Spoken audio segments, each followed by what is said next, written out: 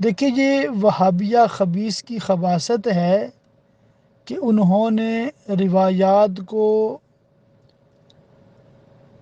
غلط انداز میں آگے بیان کیا ہے، اور معاذ اللہ مسلمانوں پر خواہ کفر کے، شرک کے، بدعت کے فتوے لگائے ہیں، جس کی وجہ سے عام عوام کا بھی ذہن بہت زیادہ خراب کیا گیا ہے۔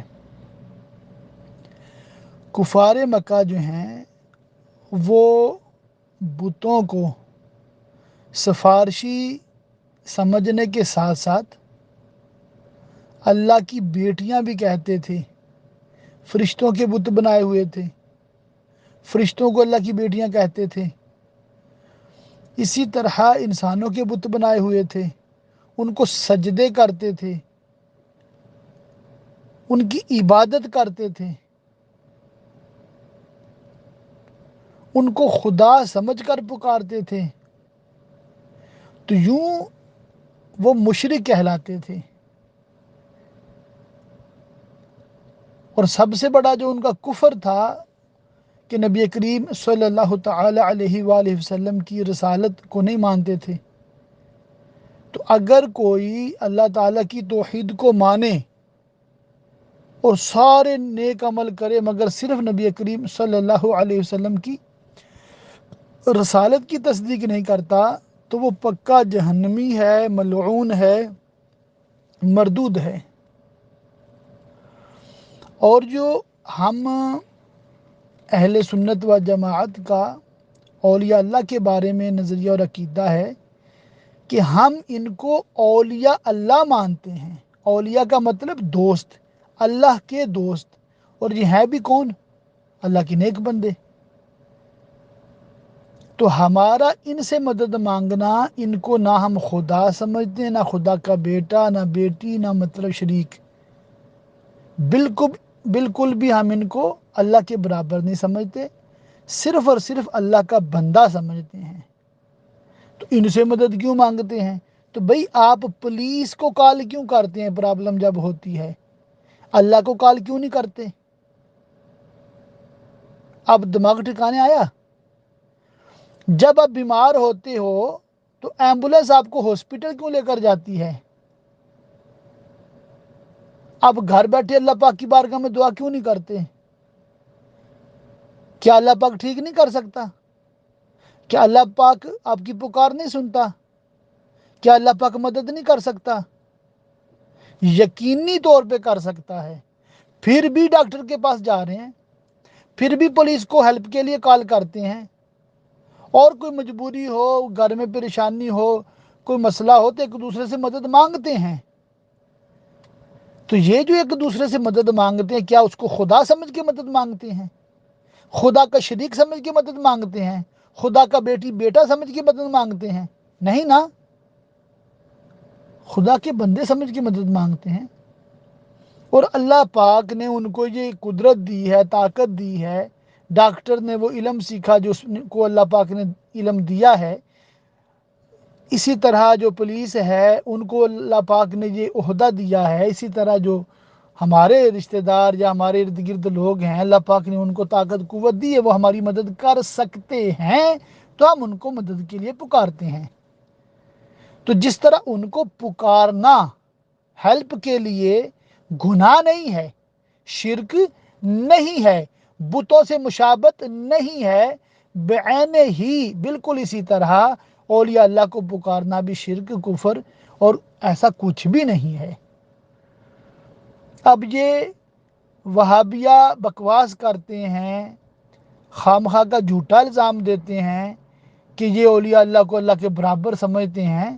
یہ وہ وجہ ہے جس کی وجہ سے خود وہابیہ کافر قرار دیے گئے ہیں کہ انہوں نے بلا وجہ مسلمانوں کو مشرک قرار دیا اور کفر ان کی طرف لوٹا، اور یہ خود دائرہ اسلام سے باہر ہو گئے۔ اور ان کی اتنی خباثت ہے، اتنی خباثت ہے، ایک طرف یہ اہل سنت پہ کفر کا فتویٰ لگا رہے ہوتے ہیں، شرک و بدعت کا فتویٰ لگا رہے ہوتے ہیں، دوسری طرف اہل سنت کے امام کے پیچھے ہاتھ باندھ کے نماز پڑھ رہے ہوتے ہیں۔ ایسی دوغلی پالیسی ہے، ایسی دوغلی پالیسی ہے۔ تو ان کی باتیں نہ سنا کریں تاکہ آپ لوگوں کے ذہن بھی خراب نہ ہوں۔ جب بھی سننا ہے، جب بھی پڑھنا ہے، صرف اور صرف سنی بریلوی عالم دین کو سننا پڑنا ہے۔ اگر قوم ہماری اتنا احسان کر دے اپنی ذات پہ، یقین کریں یہ نئے نئے فتنے اور نئے نئے بد مذہبوں کے گروہ جو ہیں اتنے سٹرونگ نہ ہوں، اتنے مضبوط نہ بنیں، ان کو تقویت اور سپورٹ دینے والے ہمارے ہی بولے بالے سنی ہوتے ہیں، ان کے دامن فریب میں آ جاتے ہیں۔ بارکیف جو مزید آپ نے سوال پوچھا کہ اللہ سے ڈائریکٹ مدد مانگ سکتے ہیں، یقینی طور پہ مانگ سکتے ہیں۔ تو اس کی میں نے مثال بھی دے دی، پولیس کو کال کی بجائے اللہ سے ڈائریکٹ مانگے، ڈاکٹر کو کال کی بجائے اللہ سے ڈائریکٹ مانگیں، کون منع کرتا ہے آپ کو؟ اور جب آپ وہاں صرف ڈائریکٹ نہیں مانگتے، دعا کے ساتھ ساتھ دوا بھی لیتے ہیں، وہ بھی شریعت کا حکم ہے۔ تو یہاں پر بھی اگر کوئی اللہ سے دعا کرتا ہے اور کسی اولیاء اللہ کے وسیلے سے دعا کرتا ہے یا کسی اولیاء اللہ سے دعا کی درخواست کرتا ہے تو یہ کوئی گناہ نہیں ہے۔ ہر مہینے 11ویں کیوں ہوتی ہے؟ بھی آپ کو کیا تکلیف ہے؟ کوئی ہر روز 11ویں کرے، آپ کو کیا تکلیف ہے؟ 11ویں شریف میں ہوتا کیا ہے؟ لفظ 11 کو آپ نہ غور کریں، صرف یہ سوچیں کہ ہوتا کیا ہے۔ میں آپ کے ذریعہ سے اس طرح کے جو اعتراضات کرتے ہیں نا، سبھی کو خطاب کر رہا ہوں۔ آپ یہ نہ سوچیں کہ میری والدہ کو یہ کہہ رہے ہیں، میں سبھی کو سمجھا رہا ہوں۔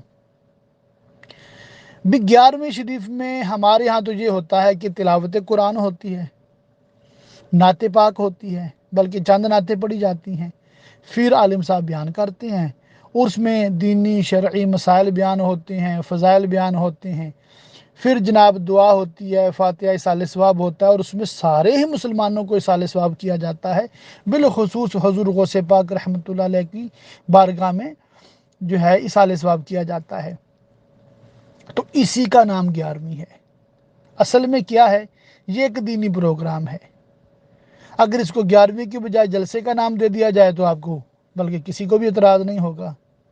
اب یہ عجیب قوم ہے نا اعتراض کرنے والی، میلاد النبی صلی اللہ علیہ وآلہ وسلم کے نام سے ہم محفل کریں تو یہ اعتراض کرتے ہیں، اور خود سیرت کانفرنس کے نام سے کریں، بڑے بڑے پوسٹر، بڑے بڑے نام لکھیں، تو ان کو خود بھی کوئی بدعت نظر نہیں آتی۔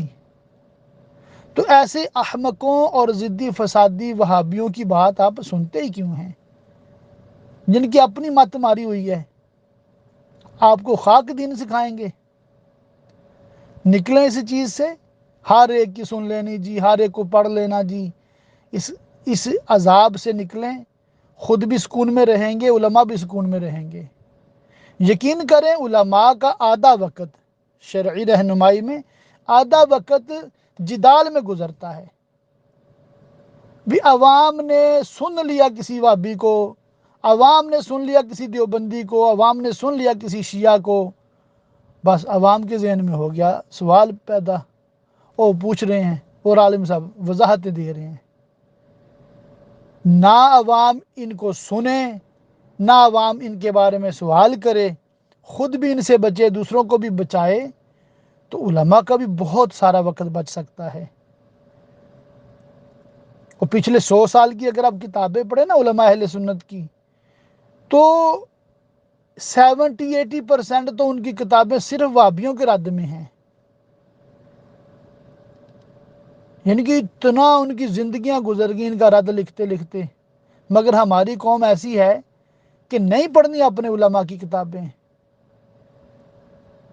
کوئی تفسیر بھی پڑھنی ہے، کوئی حدیث بھی پڑھنی ہے تو وہ بھی وہابیوں کی لکھی ہوئی۔ خدا را خود پہ رحم کریں، یہ تحقیق نہیں ہے، ٹھیک ہے؟ یہ جہالت ہے، کم علمی ہے، بد مذہبی ہے۔ اس عذاب سے نکلیں، خود بھی راحت میں رہیں گے، علماء بھی راحت میں رہیں گے، اور یہ بد مذہب اپنی موت آپ مریں گے۔ اللہ تعالیٰ ان کے شر سے مسلمانوں کو محفوظ کرے۔ آپ کو، آپ کی والدہ کو اور سارے سننے والوں کو دعوت ہے، عالم کورس اردو کے لیکچرز سنا کریں، تفسیر، حدیث، فقہ، سیرت اور تصوف اس میں پڑھایا جاتا ہے، اور اللہ تعالیٰ کے فضل سے بہت معلومات میں اضافہ ہوتا ہے۔ آپ کو کتاب کھول کے بیٹھنے کی حاجت نہیں ہے، کچھ بھی زبانی یاد نہیں کرنا، صرف لیکچر کو سننا ہے، اور سننا بھی کوئی 2 گھنٹے نہیں ہے، یہی 30-35 منٹ، حد ہے کوئی لیکچر 40 منٹ کا ہو جائے، کبھی کبھی اکثر 30 منٹ ہوتا ہے۔ تو اس کو سنیں، ڈیلی سنیں گے نا انشاءاللہ تعالی، بلکہ ہفتے میں صرف 5 دن، تو یہ تقریباً آپ کے 2.5 سے 3 گھنٹے لگیں گے۔ اگر سن کر مجھے رپلائی بھی دے دیا کر 1-2 منٹ میں، تو یہ 3 گھنٹے آپ نکال لیں، اللہ کے فضل سے صرف 2 سال میں آپ عالم بھی بن جائیں گے، عالمہ بھی بن جائیں گے، نہ صرف اپنے عقائد اعمال درست ہوں گے بلکہ دوسروں کی شرعی رہنمائی کرنے والے بن جائیں گے۔ اللہ تعالی ہم سب کو دنیا اور آخرت کی بھلائیاں عطا فرمائے، آمین۔